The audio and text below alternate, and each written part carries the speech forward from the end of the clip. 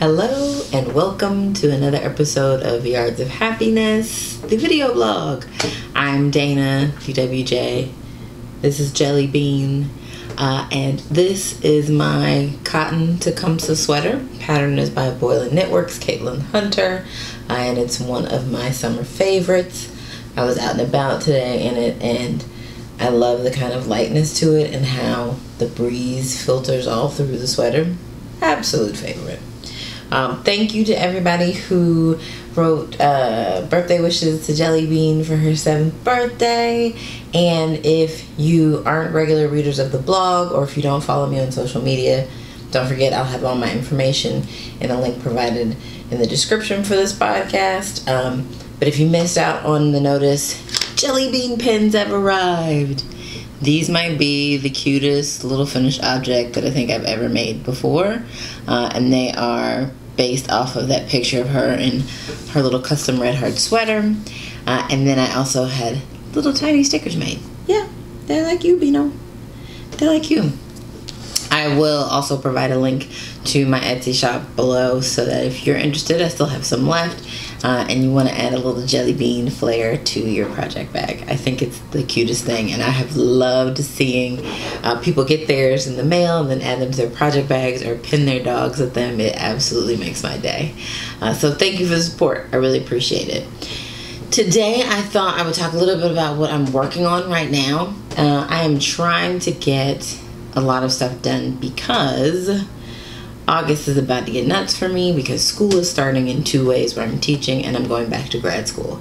And I'll admit, I'm a little nervous about going back to grad school. It is a lot, but it is a path that I've known I've wanted to be on for a really long time, and I think the time is right. And if you're not nervous, then you're not taking a leap. And so I really am kind of taking a leap, and I'm excited. But one of the things that I always do in August, my birthday is August 30th. So I typically like to knit myself a sweater that may be out of an incredibly expensive or yummy yarn that I've wanted to work with, or it could be a pattern that I've always wanted to do. I know I knit a lot for myself. I know I make myself a lot of sweaters, but for my birthday, I typically like to make something special in August. And I'll actually probably pull up some of the sweaters that I've made in August in the past. And so this year, I have decided to do the Osmo Sweater by Michelle Wang, and it is going to be done in my Katia Concepts yarn. This is a cotton and merino yarn. Look at that stitch definition. Love it, love it, love it.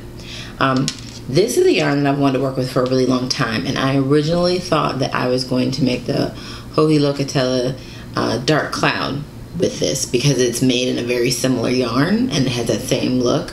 But then everyone kept telling me how great the stitch definition was on this yarn, and I have had this pattern in my queue for a really, really long time, since I think it originally got released. And I said, you know what, I actually have enough yardage, and I think this is something that'll be easy for me to do. It's got a nice, easy to memorize pattern for the slip stitch, and so I'm working on this. Now, the thing that I am doing that some people haven't thought about is the front and back. It is seamed, which is not my normal. It's a lot of garter stitch, which I'm fine with. Sometimes you need a brain break. And it has a little slip stitch pattern that starts in the body. The front and the back panels are the same until you get to a little part where there's shoulder shaping. So instead of doing one at a time, I put them on an insanely long, I think this is a 60-inch cable, and I knit them at the same time to save myself the headache of having to make sure that it all matches up, or to check my notes and see, did I do this many rows? So often if you have a pattern where the front and back panels are going to be identical, or they are identical for a large portion of it, try putting them on a really long needle, attach 2 balls of yarn. If you feel like it's going to get too confusing, thread the yarn through the little grommets in your project bag, or get one of those little project pouches that has the 2 holes specifically so that you can run 2 balls of yarn and save yourself the time of having to take notes or memorize things. Absolutely game changer for me. So I'm excited about this one because this yarn is really light. I can tell there's some warmth to it, but it's light and it's really pretty and it's just different, and I think it's going to be something unique. You think so, Bino? And maybe she'll get a matching version too. Not 100% sure. We shall see. The other project that I wanted to share that I'm working on is my Linus sweater. So I previewed the yarns that I wanted to use for the Linus sweater, and it was that slate gray Miss Babs, and then the Ain't It Fun by Knitty and Color, and that Great Rainbow. So I started working on this the other day.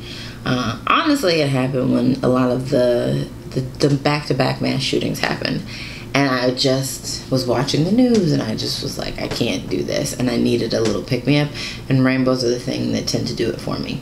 Knitting is my mood alter, so I decided to go for a little bit of a rainbow. And this is how it's working out. I'm absolutely obsessed with this. Absolutely obsessed with this. And this will be the front. This will be the part that you see. It's a little bit more subtle when you look at it on the back side, where the gray is the prominent stitch. But this is a big, bold, full of fun rainbow. And if this doesn't make me smile on a cloudy day, I don't know what will.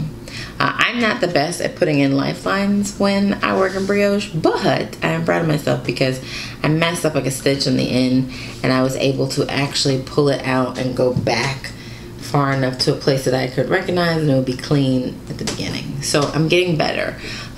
Brioche to me is not the easiest thing in the world when it comes to fixing your mistakes, but really all of this just takes more practice. That's what you have to think about. It's practice. You learn from the mistakes, figure out something new, figure out how to make something better for the next time, right? So that's what I'm currently working on.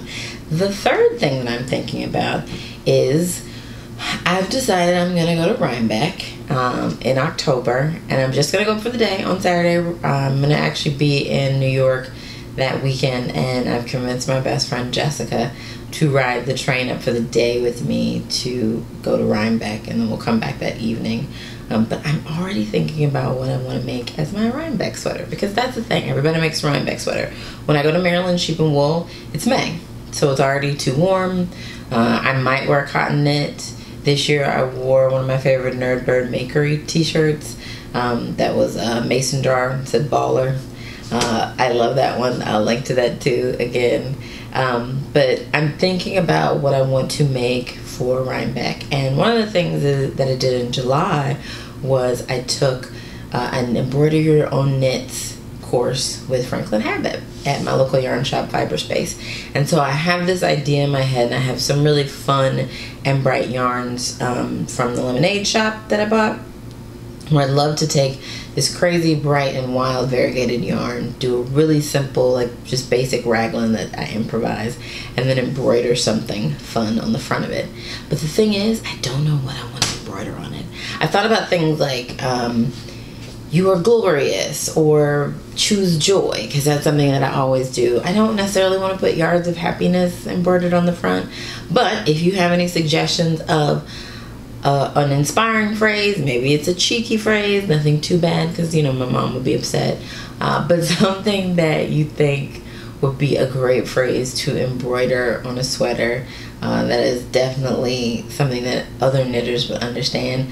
Leave a comment, let me know what you want, or let me know what you would suggest, and I'm more than happy to see what people come up with to figure out what I'm going to make next. And I have already knit 2 Love Notes sweaters by Tin Can Knits this summer, and have already given them away to my mom and one of my sisters.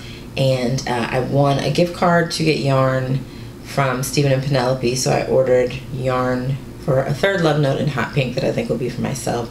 But I think I want to knit a DK version, and I may give that one to my other sister. So I have a feeling I'll be knitting at least 2 more Love Note sweaters.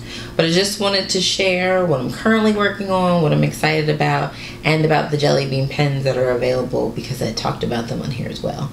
So thank you for watching and listening, and make sure to check out yardsofhappiness.com for all the details.